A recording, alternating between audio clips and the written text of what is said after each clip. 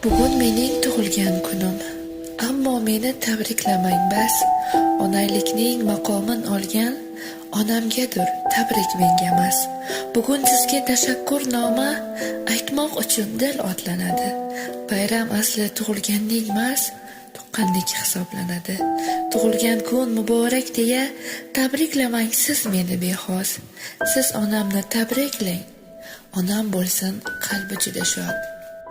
Assalomu alaykum. Meni eshitib turgan barchalarga xayrli kechlar tilayman. Bugun mana tavallud ayyomim, 30 yoshga to'ldim. Bu yerga yetib kelish oson bo'lmadi. Mana shu yerga yetib kelishimga, shu darajaga erishishimga bu yo'lda meni qo'llab-quvvatlab turgan onajonimga kattadan katta rahmatlarimni aytmoqchiman. O'ylab qarasam, shu paytgacha ko'p insonlarga tabriklar qilibman, lekin o'zimni onajonimga hech ham tabrik etmabman, yaxshi ko'rishimni aytmabman, rahmatli aytmabman.